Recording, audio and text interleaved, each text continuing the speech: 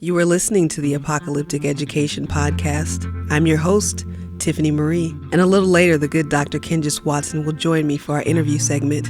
Join us in a final farewell to schools in hopes that we might embrace its afterlife and implications for Black and other Indigenous frameworks of wellness.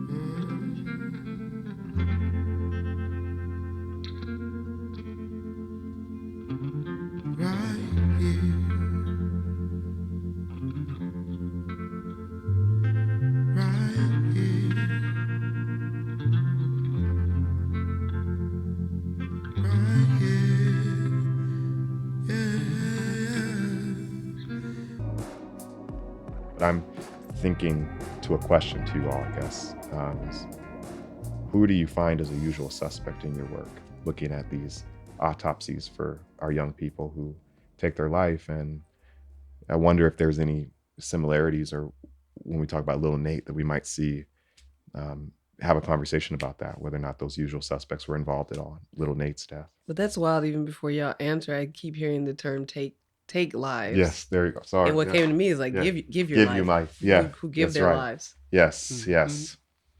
Mm-hmm. No, I love that you said give life, because there's so many ways besides suicide that people slowly give their life. And that's one of the things I talk about a lot. Like suicide is one, like with a big S, but there are so many ways. And I've seen this myself just through personal lived experience, but I can see in the data that whether it is diabetes or heart disease or simple stress, a lot of stuff is like, I can't do any much more. So I'm just going to be slowly dying. And people don't necessarily say it to themselves, though sometimes people do, but acknowledging like, I'm literally just letting this life go because this is just so much for me. And so I think suicide is one of the ones that we talk about a lot because it's always tragic, right? But when I see somebody slowly die from complex diseases and they're a Black or a brown person, and I know that they were doing a million things in the way, and sometimes people just kind of give up because what are they staying for? And I see that too.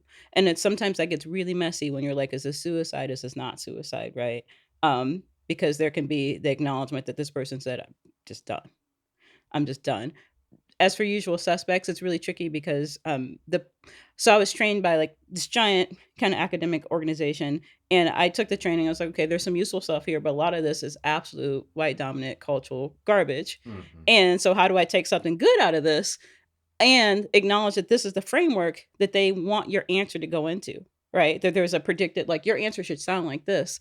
And so I kind of created my own tool using a couple of different things to kind of bring it together, because the idea of psych autopsy is understanding, why somebody died by suicide, why at the time that they died, and why with the chosen method are kind of like the three big questions. But there's other questions around that. But if I give you a why, I have to talk about historical intergenerational trauma. And I try to actually name that. So for instance, I live in Portland, Oregon now. I might talk about, I can see that this family, they lived in this neighborhood. They would have experienced the Vanport floods, which is like a huge historical event there. I actually can name, like, there are all these historical events that happen in this person's neighborhood and their lives. This may be some things I've learned about the family in terms of intergenerational traumas that may have happened. And here are some significant personal stressors. In addition to that, if they had any kind of behavioral health needs that were identified that they worked through, these were experiences they had in the system. I will look at like a child's file and be like, especially with girls and femmes, and with queer youth specifically, it'll be like, oh, well, this person's acting out. There's this behavior, or this child, they seem like they're having bipolar symptoms, but they're like 12 or 13.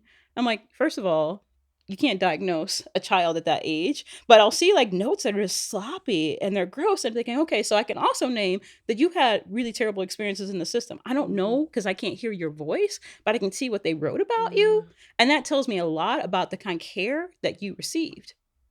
And so what I do is like, there's a quantitative data piece, right? To like the data that is measured. And that's really tricky because that's faulty, because most of the racialized data is wrong. Sexual and gender orientation stuff is really wrong. I can't know if that person was living expansively or if they lived in a gender binary. I don't know that, because if whatever that is, we don't get that kind of data. So I have to dig really deep to find that out, because also within that, queer and trans people of color in general are also like really minimized and invisible, and that's a real experience, but you really don't see that in data, and that and people are crying out. My family was wild, but one of the great things, we were very sexually progressive. I had to be in a very radically queer family, and so it's always been in my lens, and I'm like, well, why aren't we talking about this in Black communities and brown communities? So a lot of that is missing from the data set. And now also they want to know, well, why by the methods? And, there's lots of research about methods and means and all those different things. But at the end of the day, people were suffering a lot. And so I have to talk about the big public health of like, these are the big social determinants of health, right? That were impacting that person. But it's always very complicated. And so my goal is to take that and make the qualitative story to tell us why this actually matters, that we do things to change the big culture stuff that we can, why it makes sense to change even what we do in schools. And I do a lot of work with schools. A lot of my work is around schools and education, actually. Because we can do as much as we can at this bigger level, but there's always going to be work at that family level. But the more we make soft places to fall everywhere, then maybe we can figure out how to get down to those things that are individual factors. So sometimes people just have an individual story outside of trauma where you're like, oof, you were suffering so much. And I want to say I should be able to show up for folks in their individual suffering, but it's hard when we can't even see the bigger suffering that we create and uphold. And I say we, not necessarily us, but the big we of like dominant culture that has been sustained and relied on. So even when we're talking about about the shame that sometimes we share, like, I don't want to tell people how bad it hurts for me. This person will be disappointed if I tell them I'm experiencing thoughts of suicide. I literally lived in like the most behavioral health family. I always felt shame and stigma internally. And I had to push against it because I knew this is the way you get help, is telling people. But even like now, like, especially as a professional, when my husband died 12 years ago, I went through a whole suicidal bout for like a whole solid year. And I was, getting help from folks, but it felt embarrassing to tell people. Yes. Even though, because I'm supposed to be the one who knows, and I'm really great at working with other people to help them heal themselves. Yeah. But I'm like, no, I actually don't feel okay. And there's literally nothing you can do about this. I'm just trying to stay alive because I think there's something on the other side of this. But if you ask me on a daily basis, yes, I want to die. Yeah. And I think that's okay that I feel that way. So how do we help me move past it? So getting past that internally, but it's hard to say to somebody. And then our own culturally, sometimes we're like, well, it's going to get better. We have lots of messages that say, get it together. You're going to be okay. Just do these things or have faith. I'm like, I am hurting. I don't need those platitudes. And so how do we fight the dominant culture, but also inside? And so like, we need to radically change. So nobody who is Black feels like they can't talk to another Black person, and that person shame them or minimize their pain or tell them, hey, we all go through that stuff, right? People do that all the time. And it's part of that bigger problem. So there's that accountability. So anyway, I have a lot of passion around that topic, but hopefully it answers some of your questions. I say suicide is a slow mental death. A slow mental death because of, yes, the shame. Because we have not created a space for people to be. And therefore, we constantly try to renegotiate within our heads what it should be. And I always like to tell people, if you look at little Nate, this gorgeous 6'8" kid, right? My first comment to people is that's what suicide looks like. When you look at my son, you see a normal Black child. Suicide doesn't have a look. It's a silent killer. And until we get to a place of saying that, and I say it all the time, it's okay not to be okay. Church folks say, well, no, it's not okay not to be okay. It is. Because we want to prescribe people a definition, an action on how to feel when we're all dying daily. Some of us are just better at masking it. And in particular, when we talk about Black folks, we have been conditioned to mask, right? Because of the stigma that comes with it, the stigma that comes with mental illness. Who wouldn't be mentally ill in this society? We all mentally ill. Oops. So I think so often, I again, my reality is little Nate. When I looked at him, he died in San Diego. So I didn't see him when it first happened. But when he got home and I looked at him, what he said to me was, I'm okay, mommy. Because it was peace. For me, what came across through that whole process of dealing with him not being here in body, but being with me in spirit, was, Mommy, there's a narrative that you need to be able to tell. For him to leave a note, people say, oh, you know, I say, not people. I used to always say, people play with suicide for me. This is prior to Big Nate, Little Nate. And my thing was, if you're going to kill yourself, you're going to kill yourself, right? Let's not play, right? If you really don't want to be here, you won't be here. And then after Little Nate passed, I realized that he was able to bring closure. Because just imagine a kid shooting himself in the back of his head. What could that possibly look like? This kid that just signed a contract, had his whole life ahead of himself, point range. The amount of thought that went into that, or was there even thought? But then to have to pull the trigger was that piece of saying, I'm just tired. I want out. Then I had to reflect back to saying, well, if you really want to kill yourself, some people don't have it in them to go that far because of fear. So they continue to stay enslaved in their mind, in their body, trying to escape, but never being able to. So for me, I didn't want anybody to tell me anything about, I feel sorry, I'm sorry, right? Poor thing. Oh, I didn't want to hear that. I didn't want to hear other people talking about how they were dealing with their grief. I didn't want anybody to tell me how to feel. But then I realized through Little Nate, as I call him, through his death, that I continue to die every day in the systems that I'm in. Watching his father, Black man, not being able to grieve because he doesn't know how to grieve. Looking at my Black sons, grieving daily. When I told him I was coming here and I was doing this, and even with my dissertation and stuff, and they said, well, what are you going to talk about? And I said, you. And they were, what do you mean? Because when I talk about Little Nate, I talk about them. When I talk about Little Nate, I talk about my grandsons. So what we got to get to a place of understanding is dissecting how people prescribe, telling us how to feel and how to deal. And then even I didn't want anyone diagnosing me. You can't diagnose me. Who are you to diagnose me? Because again, you're going to do your diagnosis based on what society tells you and have said is the prescribed role of the systems. And if the systems are jacked up, then how is it factual even what that says? So as a Black mother, I stand tall and I unapologetically say there's work to be done because there's so many other mothers that are losing their children, their babies, daily to suicide by just trying to survive. And there are not systems available for them to be vulnerable to go into that door, because as soon as they walk in that door, they're going to come and snatch your babies.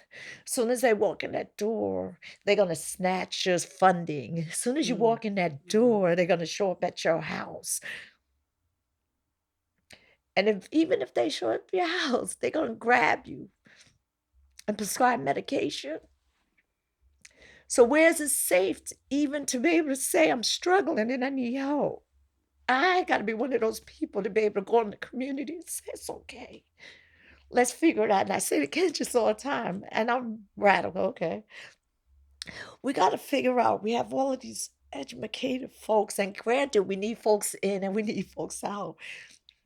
But we got to come to a place where we really, and I go back to my faith, believing in God, believing in the spirits, to know if our ancestors, if our energy is so powerful that we say we believe, then why are we not going the next step? Because again, we've become indoctrinated to depend on these very same systems that 9 times out of 10 our ancestors didn't, and they survived. So what is it about us being indoctrinated in this world, these systems, that's allowing us to continue to see each other suffer directly and indirectly, and still dependent on the system that we want to run away from?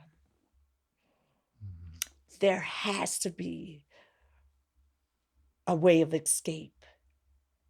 There has to be, as much as we put the energy out, a way to receive it. I'm just that crazy to believe that we could do it. Is it a cost? Without a shadow of a doubt. But again, if we understand the energy of our ancestors, we know there is a way of escape.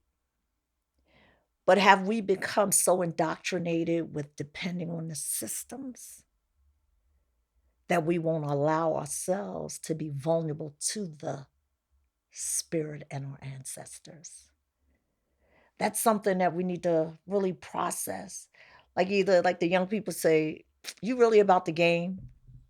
Be about the game.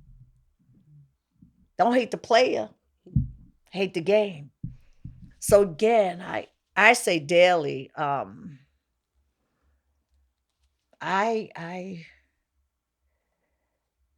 little Nate, and I started doing what they call research, and I didn't even know I was doing research when I was back then. And I was reading like why the age group that he's in, 14 to 24 for young Black boys, suicide rates were high in 2017. And what I realized is we don't talk about suicide in our communities because of the shame, right? Everything, right? We don't do this, we don't do that. The term crazy. We see folks walking up and down the street talking to themselves, and that's considered crazy. What we say was crazy, society says is crazy. And then I've just processed after little Nate, it's like, yep, I'm with them because I'm in my own space. Call me what you want, but I'm in control of my little space. Those folks trying to find a way of escape, but yet we perceive to be normal and got it together, shy away from those folks. We abandon them because what we've been indoctrinated with. So for me, suicide is a slow mental death. I think we're dying daily, moment by moment, second by second. And I'm just at a place until we get to a space, we say ancestors, we say spirit, but do we really, really, really, really trust the process of our ancestors? And if we do, when we gonna move? Meaning make the moves. Like, the young people say, shut up or put up. Stupid. And when you process it, it's real. So our communities are dying. And I don't want to be a educated, Negro and lose touch with who I'm responsible for. Because the academy is not going to take care of my community. Because when I walk in those arenas, they don't want me there. So why waste my energy there? Right? I've had a not-for-profit for 27 years, refused to take funding. Because you can't tell me who to feed. I know the hustle, right? Because I stand on the corner like the panhandlers and raise $12,000 to do a book bag drive because I refused to write a grant. Now we've been institutionalized, right? From the system, like, is that really what you should be doing? There's a better way. Well, maybe not. Maybe I need to take from the rich to do for the poor. I was okay with getting pennies and dimes. My young people were learning, and people say, oh my God, when I did that, it was like, oh, that's so horrible. You have kids out there begging. No, they was getting what was theirs. And they didn't need to be apologetic for it. But the resources are in our communities. If I got to take from a white person, I don't know if I can say that on your podcast, but it's a bad word. If I got to It's take, okay though. if I got to take from them and confuse Black folks to do programs in my community, to better my community, and not have to write a proposal and not have to give receipts and not have to do all the things that all they got to do is find one error to snatch it and say you can't have funding again, so be it. But then I understand there are those that have to do that. Yeah.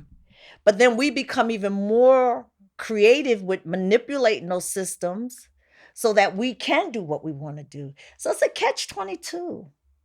We are dying daily. I'm sorry, I went on a rant, but we're still dying daily. Again, I say suicide there's a beginning before the end. If they want to do research, let's do research there. Honest research. Go to the communities that are most impacted. Really, let's go have real conversations. Part of my dissertation is, I'm having real conversations with real sisters that they don't have to put on a show. Let's just have a conversation. And my responsibility back with them, to them, with them, is to be a hearer and a doer with that information. Right? Because there's more sisters going through the same thing. And they're still at the same place. Nobody unresolved murders. Then nobody can tell them why their babies is dead, other than transferring responsibility about their inability to mother. So even in death, they're being blamed. One sister daughter died of lupus. Okay, so you didn't eat well. It's funny because I thought about you, Kenji. He said, what you want to drink? I was like, a Pepsi. Right? And in my mind, I said, well, I gotta talk to Kenjus and Tiff about, like, I need to do better even health-wise, right? And I say it as a joke, but I was serious. I'm like, because again, and you just brought up all the thing about the diabetes and all, like, there's so many things that we attribute to us not being healthy. But again, when you're indoctrinated with that being the norm, you don't pay attention to the end because you're in the present, but it began at the start. Oh, that was deep. But anyway, I'll be quiet. But it's just so ingrained that when you know better, you do better. That's what they tell us, right? You know better, you do better. But then when are we going to do? And then there's a cost to doing. Right? There's a cost to that. Yeah. And it's a juggling act. But I think we need to have real talk about being human and what is human as we process the daily process of death as Black women. And can't even start with the Black men, right? My husband, 59 years old. Nobody ever goes to him, say, yo, dude, how you doing with the death of your son? What does that look like? I watched the daily death of him. Had a stroke 2 years ago at the anniversary of my son's death. Drinking, hanging out, right? Because that's how he was dealing. But never person ever says, how's Nate doing? How's Big Nate doing? And yet he still has that prescribed role as a Black man to provide for his family. But yet mentally he sits on the couch. I know he's dying inside. Even with having a stroke, right? He's still no. I can't save him, right? I can't. This academic language I'm learning, I dissolve most of it, but this academic stuff, I can't come home and say, Nate, Big Nate, it's the systems, dude. Let me show you the system. Let me do a needs assessment, show you the needs assessment I did, right? That's not helping that Black man. But yeah, he still has to be strong for his family, right? So it's unfair. Because they're my two sons that's sitting home trying to survive with the loss of their brother. It doesn't make sense, but then there's two sons that don't have a father. Again, generationally. Yes. Now I'm starting to get mad. Because again, it doesn't make sense. Doesn't make sense. How are Black women going to learn to survive if they don't know how? And forget that crap. Well, we're just, we're Black women. We're Black folks. We know how to do it. That's a crock. Because again, we've been indoctrinated to figure it out without help. So I'm still learning how to fix me. Right? This work, I understand I'm responsible. It's a shared responsibility. Let me say that. But I say suicide starts at the beginning. And how do we get to a place of creating a space to be able to have those conversations? I told Kenjus, I used 10, 15 years ago, I was doing TV shows in my living room with a mic and a camera on public access. I was talking to people. I was doing this, right? I didn't think I was doing something. What I was doing was sharing information and open up a portal. And the more I know the impact of it, the more I understand it, it's even more given responsibility. But what do we do with the responsibility? Yeah. I'm going to shut up. Shh. I just want to, something you said, Kenjus, and it kind of connects with this, is that when you talk about our lives and people slowly dying, so it's not suicide, but we're just dying. I think part of white dominant culture and capitalism and patriarchy is that we literally haven't had value except to keep the slave from killing themselves, right? Like literally, no one has been humane to us in their humanity. And so from the start, we are not valued in our human life. So it's not shocking when it's like, well, I'm suffering. Why would I value myself, right? Because we know this in good parenting. It's like if you have parents that teach you have value and worth, this is going to be something you adjust. But we live in this culture that doesn't value us. Like, so you have to fight all these messages that say the value you have is the entertainment you bring. Because, Black culture, we want to steal all your lingo. We want to steal all your jargon. We want to steal your entertainment and your look, but not you. Or we need to keep you alive so you can produce, right? So whether it's cotton you're picking or whether it's a factory you work in, right? That is literally our value in the culture. So for us to not only live, but to thrive, it's like saying, I have value and inherent worth. And some days, those dark days that people experience, a lot of times it's like, I don't feel like I have value and I don't feel like I have worth. And there are a million ways you're going to get that message. And whether it's that you are grieving and people in their messiness either avoid you because they're like, I'm uncomfortable with death, so I want to talk about it. Or I don't know how to talk to you about feelings. We are basically saying, I don't see you. I don't really want to see you. And maybe this isn't something in human experience that has value to me. So I'm going to project that at you.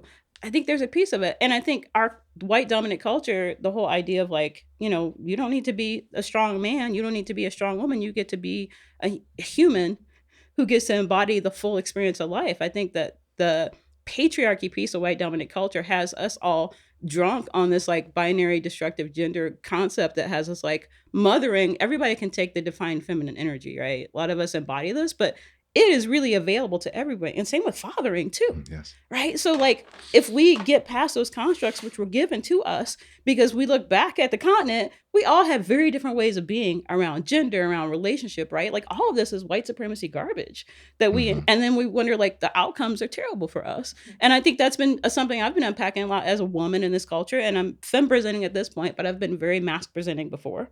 And I've definitely had very different experiences depending on what that looks like. But it's like, I'm carrying a bunch of trash that's in the bigger dominant culture that comes from intergenerational, but like who I should be, who I should present, like what mothering should look like, right? And I've kind of gone my own way because I think that's probably the unique, lovely, non-neurotypical brain I have to be able to shut that out.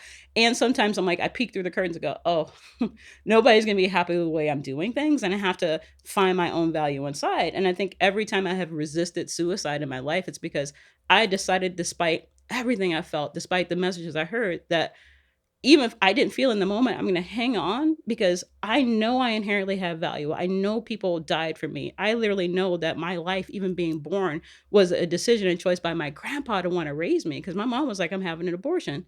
And my grandpa was like, I will raise this child. And he took me like as an infant and raised me until he died from cancer. That like literally all these things happened for me to be. And so I'm going to try to hold on because I know other people love me and saw value in me. I know that my ancestors' even though they might be like, what is this life this girl is leading, right? Because times are different, right? But they would still be happy for my existence. Because sometimes I feel like our existence in itself is just too much. We just need to be out of the way and do the things that we're supposed to do. And so I think there's just this devaluing. So even our health, right? How much, especially women, especially femme women, we put off our health care so we can care for our families, so we can do our jobs because, capitalism, that's always first, right? So all these other things come in the way and we don't actually get to be like, I actually just get to pour into me and I have value and that's not selfish and that's not bad for, actually it's helpful for my whole family if I do that. And I should go get medical care that makes sense and not just be told, oh, just lose weight or it's all in your head, which is like half of like between like, you're going to get one or the other. If you're average weight, then it'd be like, well, it's just somatic. It's not really, right? There's always an excuse as to what is wrong with you that has nothing to do with, like, we are always so devalued. And so I just want to say, I think like it is something bigger. And how do we bring back that you have inherent value because you simply are, and you are beautiful exactly as you are and messy exactly as you are, and that's perfect. Like, we don't let ourselves just be messy and let ourselves define ourselves because the culture's saying, no, this is what's prescribed for you. You talk about kind of educated Negro. I was like, I'm trying not to be like magical Negro because sometimes I come to space and I'm just literally trying to heal people and they're like, oh, she's so great, I just love Canada. I'm like like, I'm not here to be magical for you, because that's a prescribed role, right? That there's like certain like roles we take, but we know that like we would have healers in our villages, right? We know that we have people who are our medicine people. And so how do I like decouple? Like, I see you want to give me a space, white dominant culture, and I'm over here being magical because I am. So fuck you. So these are both like realities. And I think holding both is a really hard thing to do. And not everybody's even been given permission to have that complex, messy, ugly, laugh and cry and everything in between conversation with themselves, let alone with someone external from them. Yeah. So that's my slight. It's such a wild. We've had this conversation before. I forget. Maybe it was with Amber when we were doing our pre-interview with her about. I think you said it, Tiff, that so much of this culture, what we would do in counter to it, is like common sense for us outside of it. But this culture makes all of that into a pathology. And I'm thinking about Malidoma Somé when they brought him to an institution, which is, apparently all of our family members have been put into those places. So it's interesting. We all come from lineages of that in my family as well. They brought him there, this West African healer from Burkina Faso. He's like, it's so odd that the West has locked up all of its healers, because for their village, the Igara people in that specific area in Dano, when someone talks to themselves or expresses what we would read as depression or anxiety or suicidality, that is a gift in that person from the ancestors that some kind of healing needs to take place, that they are not so much the canary in the coal mine, but they actually are supposed to lead us in ceremony around that. And I think it's so interesting because I was, to this point about academia, that's how we know each other, right? Cass and I was driving to do a session on wellness, I think we called it, ceremonies of wellness in Baltimore. I was leaving from Baltimore to DC, and it's Black kids in Baltimore doing squeegee. They clean the windows, and then you have folks who are unhoused, right? And one person who's unhoused is like screaming at the top of their lungs at 8:30 in the morning, help me, help me, help me. And I had to keep going because I had to get to American University to lead a session on wellness. And I had to do that. That's your next paper. But I think about what it means to be able to do that session. And like, I think it did it okay. Right? Everybody felt good. We all had somatic, stuff going on. And to something you were also saying, Canada, what we know about suicidality in our communities is there's this increase for 30 years. And then every year, October and April, it bumps up for young people because school requires certain dynamics of in really indoctrinating them into this world that are harmful. Grades are due, first semester grades are out, tests are coming up in April, and kids are saying no, right? And all the stress that causes, the reverberations. And then in 2020, 2021, all of a sudden it almost flatlines, and then we're right back to it as soon as we reintroduce school back to it. And so even the idea of studying or writing a paper about this is like such a it's such a wild thing. I mean, I know we're sitting here having a podcast, but I'm sitting here like, y'all, this literally makes no sense. None of it makes any, I mean, it makes sense for this world. But I think that this world, if we're talking about any sort of autopsy, this is like an onticidal. This thing will like kill itself, kill you, kill everything around, kill the earth. That's what it's on, right? And part of me is like, well, what would suicide prevention look like for that thing? You know, and then if we're not doing prevention because that's Western stuff, what would the collective healing work or protection work look like for us? I just want to say that in addition, I think we have to change like some of the conversation right now because we talk a lot about boys and men, especially Black men.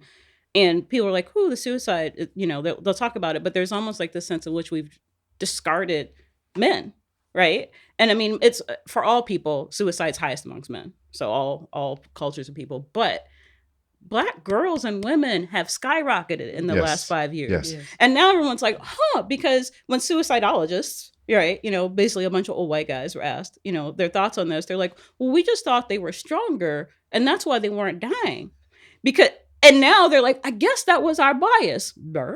And so now, but it's also saying, whoa, what is happening that's so bad that now Black girls and women are also dying because we thought them being strong women was a protective factor.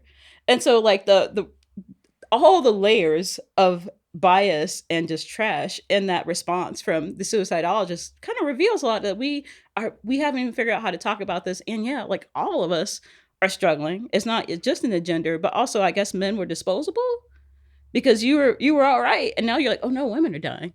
Oh, we got to make sure, you know, because what's our function? I guess we got to keep producing. So even though we don't necessarily want more Black people, but we still want to control your body and your uterus. So you definitely still need to be producing. It's like the weird space and the dichotomies of thought that have to be happening around this. And so, but we have no idea how to talk about it. And internally in culture, we are lost, right? Because I've been in conversations, I've taught training. So I teach some of the evidence-based practices and kind of make them make more sense. Let's just say that. I won't say all the things I do, but I try to make them make sense when I bring them to different communities. And I'll have discussions with people in community and they'll tell me about their experiences with suicide and their family. And they'll say, well, I didn't even think it was possible for my sister to be having these thoughts because like we grew up in the same house and we were taught to be strong women. And I'm like, taught to be, and what is the reality of like what is strong? Who tells us what strong is? That strong concept is from basically capitalism and white dominant culture. It's like you're strong when you don't cry and you work every day. Keep paying those taxes, right? Like strength is not associated with the actual deep values of what actually makes us strong, right? Those things of like belonging and nurturing and being grounded in ourselves and our reality. So we just have so far to go on like even understanding and the data. And this is really hard because you get funding from data, right? People are like, oh, there's data. So now I'm going to work on this problem. I'm like, you don't need the data. Because what is really happening is we are dying and we are suffering. And it's not just suicide. It's addiction. It's all forms, right? Substances are killing us. Houselessness is killing us. Poverty is killing us. And I can tell you all these things. You don't really care about humanity. But if it looks like it's something really big fire, you'll do something about it. And I think that's probably the most disheartening part of this work. And like in that professional sense, it's like, oh, I have to say the right keywords. And now you're all excited. And that's just bullshit. And it's heartbreaking, and I'm in there trying to fight it from the inside out, and so it's all very messy. Thank you for letting me have my soapbox. I'm sorry. Of course, it's important.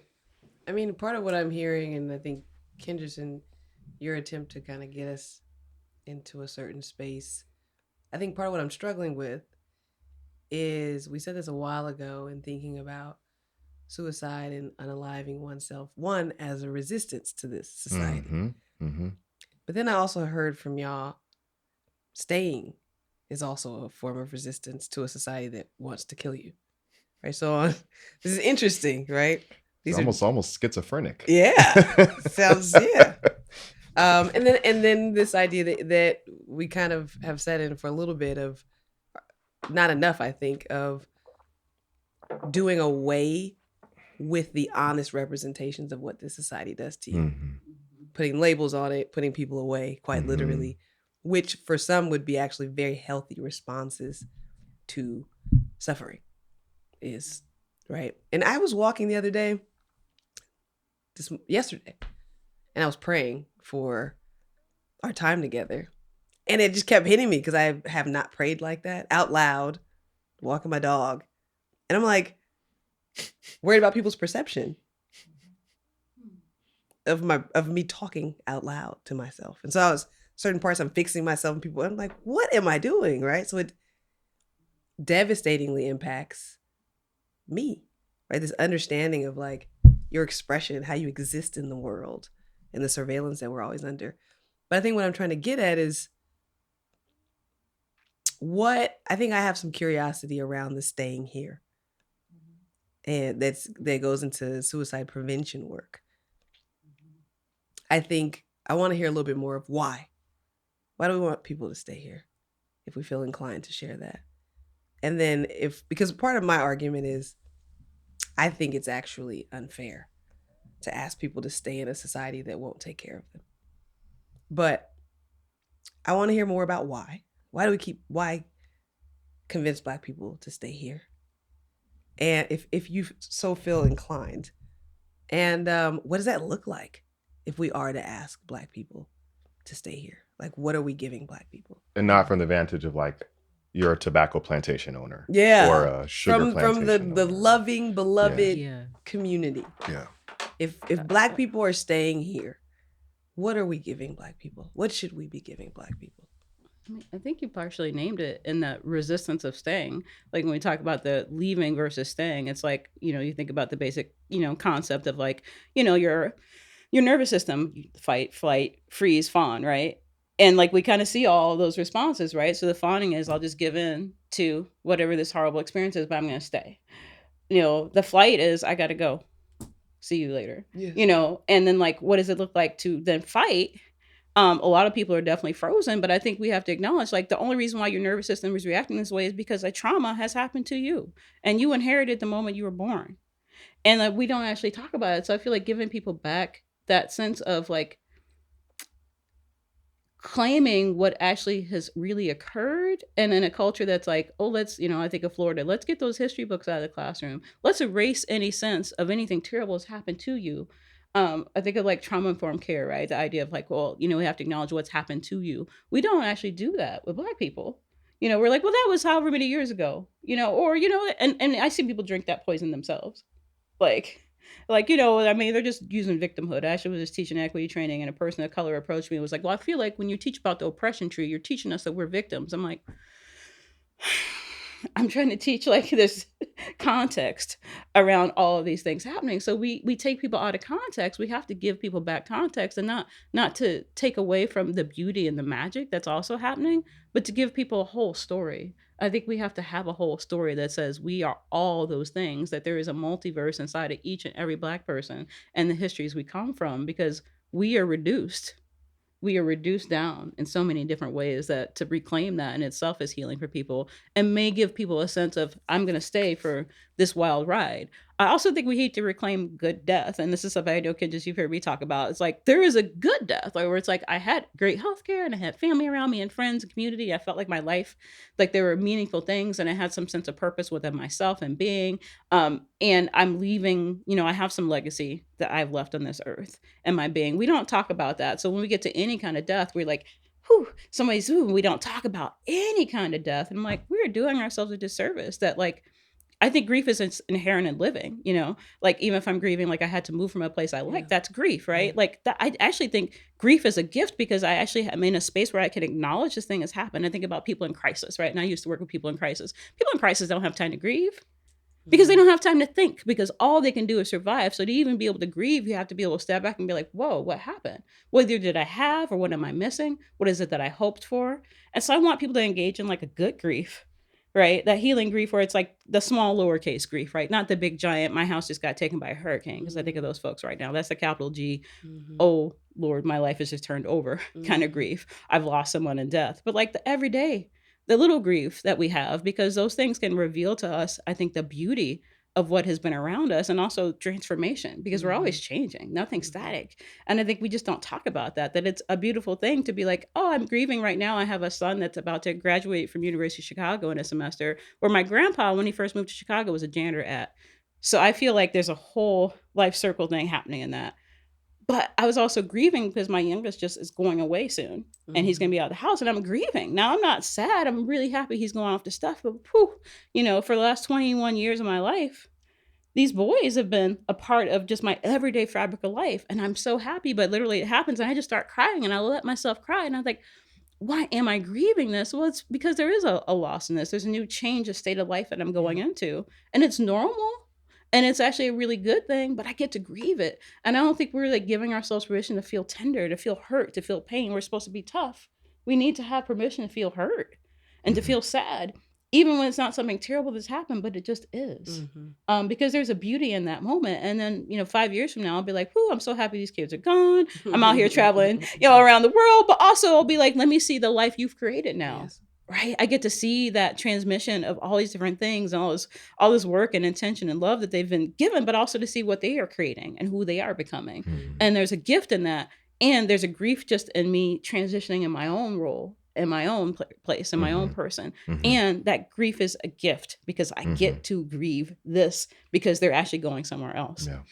So I feel like the conversations have to change. And I think we can infuse our spaces in those conversations in different ways. But I think we're going to have to be honest when we actually are sitting in that. And I think it's going to take a lot of untangling. And I try to do as much as I can, but I'm just one person. So how do we create this amongst a lot of us, where there's lots of podcasts like this? There's lots of places where people are talking about it. So people go, oh, I hadn't even conceived of it this way. And I'm hearing somebody say that, and they feel like they have permission to live like this. And maybe I won't be so scared and alone. I remember I was like the one very Black geek growing up. And, so me, a lot of times I was like, well, it's okay if stuff happens to my body, because if you ever watch Blade Runner, they always say the light that burns twice as bright burns half as long. And it's like, that's me.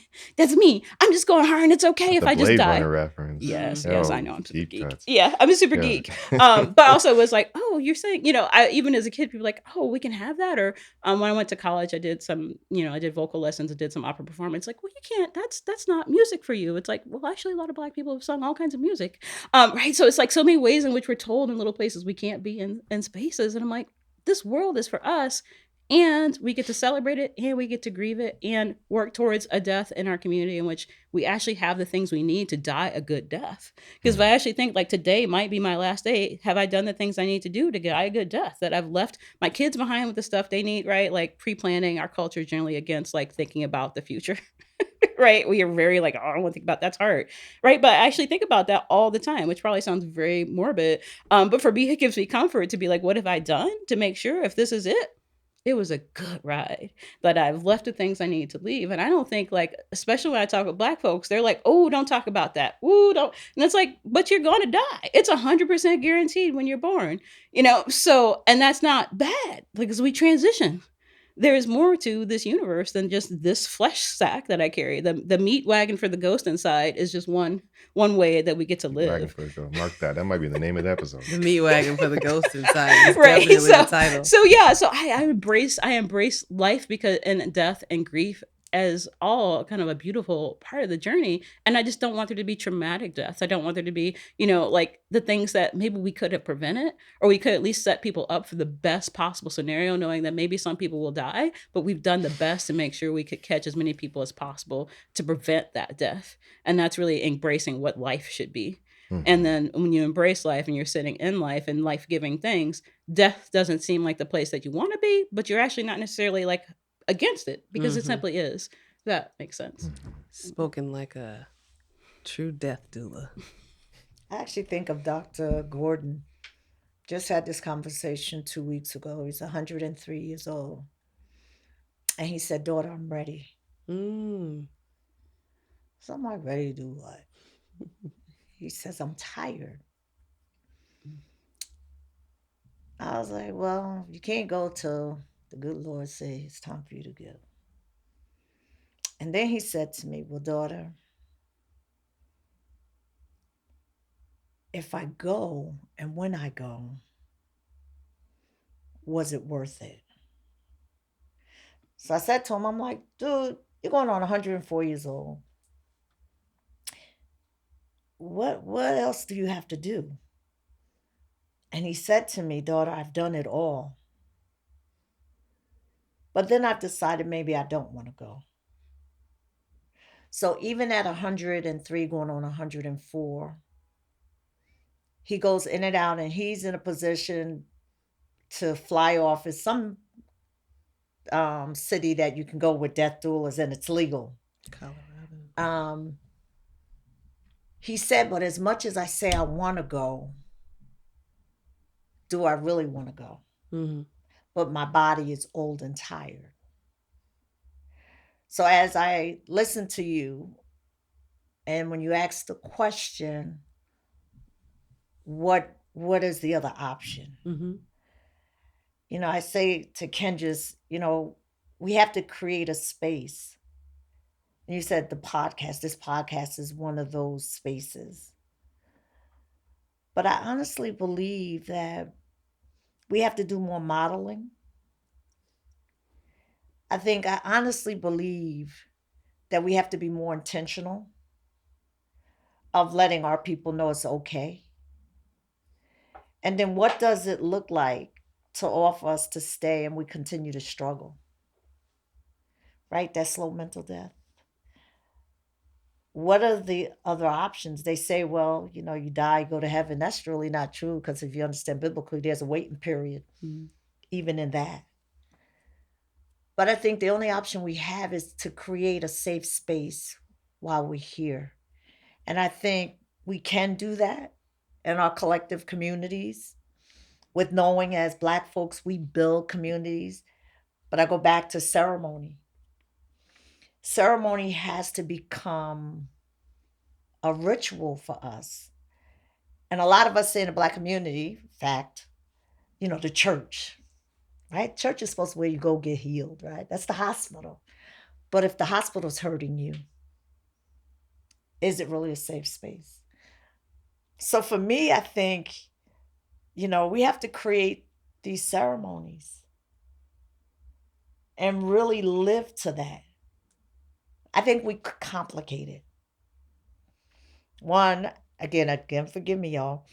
It doesn't take an EDD or PhD to be able to go back into the community and share information.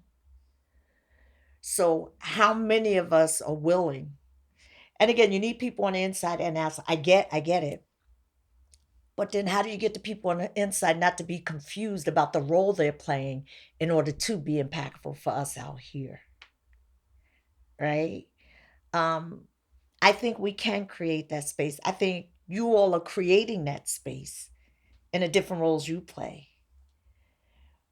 But I think it has to be more intentional to reach the unreachable in order to see the manifestation of that. But you all are doing it. But it's having uncommon folk be a part of the process. What is to be perceived as an uncommon folk. I see me as an uncommon folk, right? Because who would think that? Miss Cass, right? Who would think? So that it becomes more real to people and obtainable.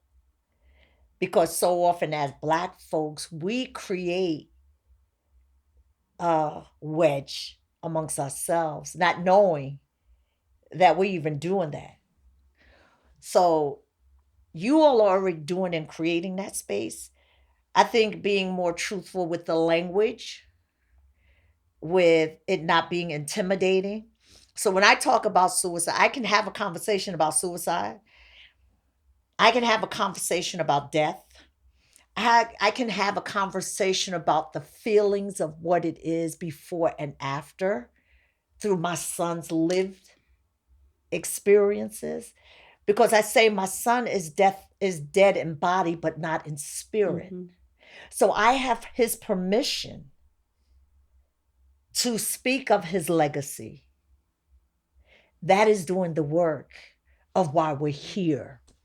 So I think it's a dual responsibility to continue to have those conversations. I think it's a dual responsibility, yes, to have folks on the inside, but be a support, like folks like me supporting those on the inside. Because again, it's strategy, right? Saying what you can't say while you move those mountains there. And yet here I'm protecting you while you fighting those mountains. I think it's being intentional, but I think we're doing that little by right, a little stuff. But I also believe with the power, and not putting y'all in, but the power that you all have. So I look at, as this little person here, I look and I say, as an organizer, as a grassroots organizer, I see it, I strategize it in my head and say, all I need is the permission to blow it up. And I know you got to be careful with that language, even saying that. But when I use that language, being able to take the information you give me, interpret it from my understanding in the language where I know those regular folks are going to receive it. And then those young people that are contemplating taking their life is going to see themselves as an asset, that I have a story to tell. Because I'm my brother and my sister's keeper. So again, I say you all have already created. It's how do we take it to the next level and not get confused while you're in the roles you're in. Yes. That's the challenge. Don't get it twisted. Folks get confused of why you're there. And then you have pick up old people like me that come in and say, look, boo, I see you. You might not think I see you, but I see you. And I hear what you're not saying, and I see what you're not doing. But there's a level, my favorite word, accountability. Accountability hurts sometimes. But let us create the space. And we don't even have, that's even bad, creating the space. Who are we to create space? Our ancestors have already created the space.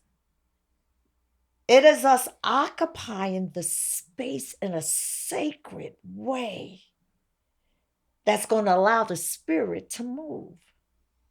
And sometimes it's through silence. Yes. Sometimes it's through action. And sometimes it's just sitting to hear, to listen. But we must do that. Now, what that looks like, I guess that's what we need to figure out. But I think it's there. Yeah. I think too, what would it be like to actually reach out to people our age and older in their life? Because we talk about youth suicide and that's real. Yeah. But most of us who die are dying as adults, actually, up through our senior years. We don't talk about suicide with people who are just grown people. Often I see a lot of women as a specific category who take care of children and take care of elders at the same time. And there's like this stress in there. And we are dying at all these stages of life. So what would it be like for all of us at all ages to be able to kind of embrace and sit in this community of healing together so that our children and then their children see that as a model? Because until we really are healing as adults, and I'm not, reading about an 89-year-old who died by suicide, right? That is like, that's telling kids like, wow, you make it that long. And that's still, so I think about that all the time. Like, what does that message say when we are still in the struggle? So, I mean, to me, to focus on my, because a lot of my work is youth, but it's also all adults. Like, I really want to figure out, how do I help your mama and your daddy and your auntie and that caring adult in your neighborhood do well and change what they can engage in terms of like talking about their well-being, because that's going to give you a foundation to be like, I've seen different ways to navigate this. Is wild, but I see all these different people who are sources of strength in me. Yeah. Who are holding me up, not, who are, those living ancestors that I can look at and see and touch until I'm able to kind of connect to more. So, yeah. I'm coming up on 10 years because I think, Tiffani, your question was, well, why should we say anything to Black people about staying here? Like what is it here? And I'm hearing a lot in y'all's responses that I think we could apply to that. For myself, it'll be 10 years in December when I had my attempts, and it wasn't like I was like, nah, this isn't worth it. It just didn't work. right? That's just come down to it. So in the time, the way I thought about it was, well, it didn't work. I made an attempt, uh, made a semi attempt again, didn't work. So there must be some reason here. You know, my daughter will turn 5 in June. I'm sorry, in July. And I'm sorry, she will turn 6 in July. Mm-hmm. And I was so mad at that time, 2014, 2015, for people having children, Black people especially, because look how many of our babies are locked up in this incarceration system that we call CPS. How many children who then become a part of these systems in other ways, including suicidality, including incarcerated, including mental health institutions. I thought it was completely irresponsible for folks actually to have children in the natural. Didn't make sense to me.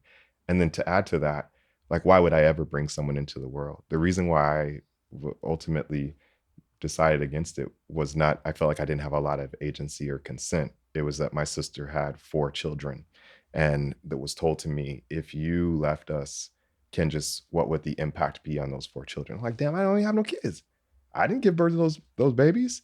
I had nothing to do with their I had nothing to do with their life. It's not fair. It's not fair. I didn't choose my sisters. These were like the ways I was talking about. I didn't choose any of this. And if I had it up to me, I wouldn't choose to have children. And like I said, we'll be 6 years into this game. So I struggle with the answer about why stay here. But I think the more I lean into the largeness beyond this, which might even be what people tap into sometimes when they decide to leave it, the more I see like a pathway where it is ethical actually in my embodied life to help bring new life into the world in the body of my children, or to continue moving forward in my own life. I think that we come actually, what'd you call them? Meat wagons for the ghost inside. Ooh. We come in these, and they actually have like really powerful temporal, like time-based markers that historically our peoples, whether they be from different parts of the diaspora or peoples all over the earth, have known about. There are actually important deaths throughout life that need to be good, that need to be ceremonial and ritualized and revered, as Tiffany's and her death doulaship is often saying. Like, we need to revere death. We need reverence, deep sacredness in the grief process that happens when we come into the world. Yes. As you say, because suicide begins before. Yes. The death of I saw my wife go through death, giving birth to our children. They were with her, and then they weren't. Mm-hmm. Not in the same way. That's a very different experience. Our life before they came into the world died. Yes. Mm-hmm. We laid that to rest. Even with my older daughter, our life with just her, we laid to rest, and now we have our son. So it's like all that. And then there are other rituals that we see with young people who I think it's natural for them to want to die. I know it's like a controversial statement, mm-hmm. but I think that when they get to a certain, I want to die at 13. I wasn't thinking suicide. I thought my mom had lost her mind at 13. She was a different person. Our relationship will never be the same.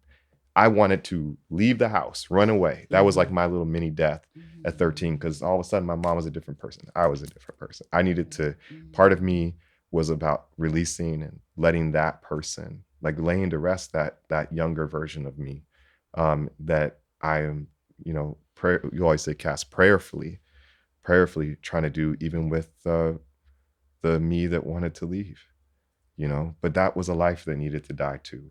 And there was a lot of shame around it. I had a faculty member deep in academia, a former mentor, who was like, hey, if you talk about, because I posted on Facebook at the time about, a year in review, I think in 2015, I said, this year of living past suicide attempt, I said, if you post about that, people will think you're crazy. They'll think that there's no space for you in this world of academia. You won't have a job, basically. Mm-hmm. You end up on the street yelling help. and I'll drive by you and go do my wellness session, right? That's what he didn't say that, but basically, right, more or less. Yeah. And I think about, man, the fact that we're being invited in, actually by you two in particular, inviting us into this really sacred work, in a place where I saw members of my family transition in Oregon. I think of that as like a part and parcel of what else I'm being called to do. But I don't know if I'll make it tomorrow or the next day or the next day. But I do know that the rites of passage, that process of death that's honored, revered, ceremonialized, ritualized, will continue to happen for me in this body, in this meat wagon, and hopefully in the world that comes after this, and with my children and their children and children and communities. So to that, I say like ashe and offer gratitude. I was wondering what's coming up for you, Deaf Doula.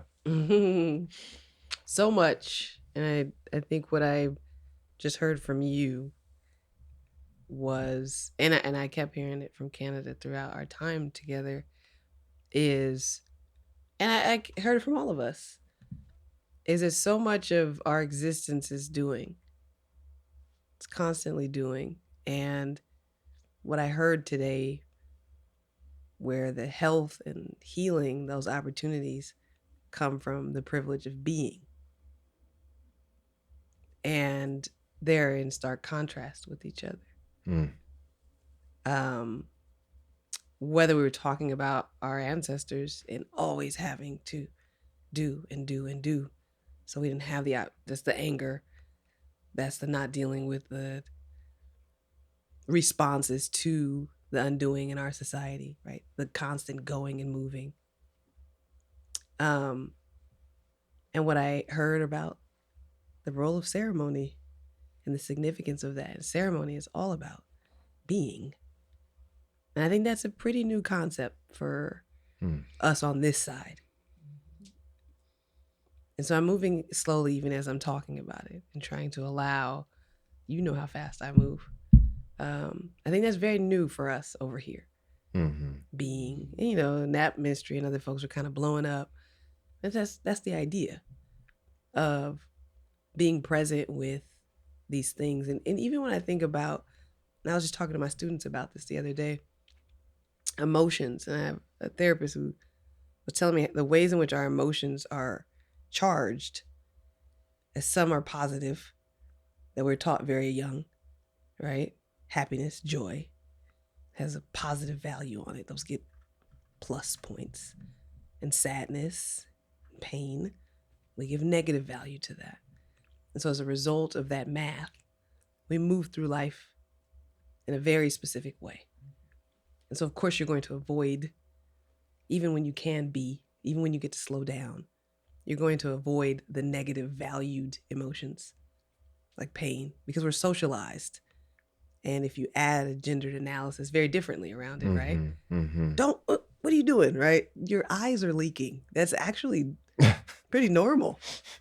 Just organic. Right? Very quickly. Boom. Get that out of here. Yeah. So whether we're intending to or not, we're placing, solidifying, and perpetuating that value on those emotions. So at what point would you then see and understand pain as a teacher? And I was taught, which is really challenging to think about, is like, what if we see them as neutral, all of them, and give them an opportunity to do just what they're supposed to do, communicate to us. Right. And so I think about ceremony, and I think about a relationship with death as just that. So that good death, you was preaching. Ooh, you were preaching. That good death, you know. I feel like in death care, the understanding is that all death is honorable. And I think about the pathway toward us actually believing that and being able to all death, right? And I think that's intimately connected to the emotion of all the deaths that you just walked us through. It's quite literally a part of our everyday existence. But because it's not normed, because we don't have the ceremony, because we don't get to be and exist and learn from it, there's the shame. which I think is such a useless emotion. It's a secondary emotion, because what's under that, I think, is the sadness and the grief and the teacher. So I think a lot of things. And I think, and I feel right now, the significance of death. And the ways in which, hopefully, as Black people, that's the lens we're using, get to be immersed in it more. And I know some of this, a lot of this conversation is about the prevention of death. But I actually am more interested in what happens when we get to be at the feet of death more. Mm-hmm. Be at the feet of death. And not have to schedule the arrangements, the funeral, like just be. Mm-hmm. Because I don't think we get that. And just like we talk about with birth, whether it's in the hospital, as soon as the baby's born, take it away. Right? So we often don't get to be at that death. Yeah. Mm-hmm. Or the in-between. Whether it be in school spaces, education spaces. We don't get to be with our children. Right. The institutions take them away. Right. And we know in death care work, that time of death, right, take the butt, right?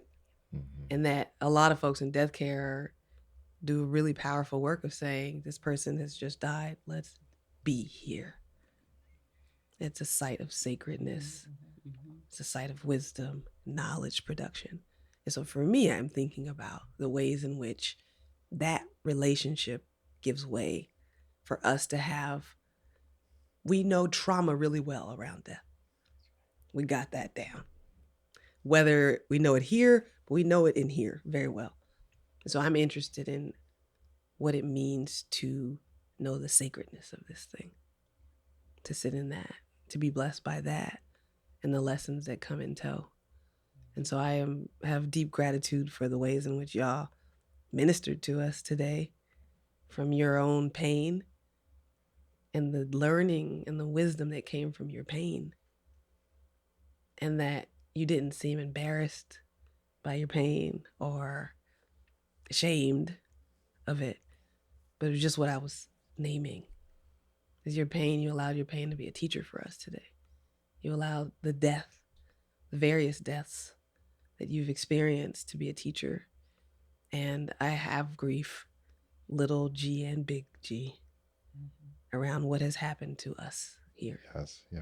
Mm-hmm. And I think that's important to name. But I also have so much gratitude for this ceremony that we were just a part of together. I think it is in the Bible, they talk about the veil being ripped. I think it's such we're both former youth pastors. I think were you a youth pastor? Fellowship of Christian Athletes. Okay. Incorporated. So we know that scripture. We can. I don't know what key I'm in right now, but it's organs all around. Dun, dun. Yeah, we can go there. But I'm deeply grateful for the space that y'all created here, and what I have more than anything after this time together is more questions, and I'm grateful for that. So thank you. All right. Thank you both. Before we close, I feel like the thing that kept coming up for me was the quote, "How you live is how you die." And I feel like I don't think we should close this thing out. Mm-hmm. I think our culture bearers here should close us out. And really, I just want to push that back to you. How you live is how you die. What it may be a response to that. It may be a disagreement with that. It's still a response. Please, the two of you, close us out and what you feel like our listeners need to hear after this conversation.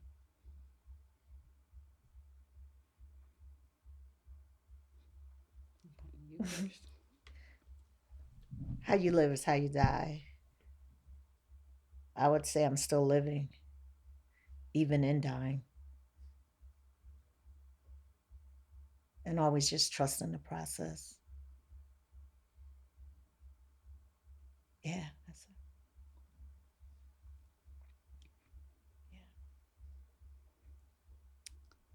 I think living and dying are kind of daily parts of life. So it's how do I do this in a way that feels authentic and embodied and then beautiful and painful and hold all of them at once. And I think really letting everything sit with us, no matter if it's uncomfortable or whether it feels comforting, that they both kind of happen any day to all of us at any point. And I think holding that it is kind of this ongoing journey of living and dying daily.